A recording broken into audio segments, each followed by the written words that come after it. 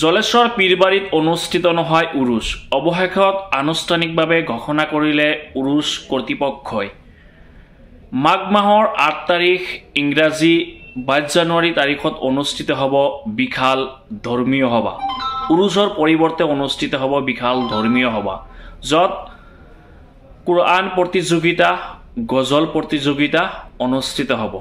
চাওক আমাৰ সম্পূৰ্ণ ভিডিঅ'টো। উৰুছ কৰ্তৃপক্ষই কি ক'লে চাওক।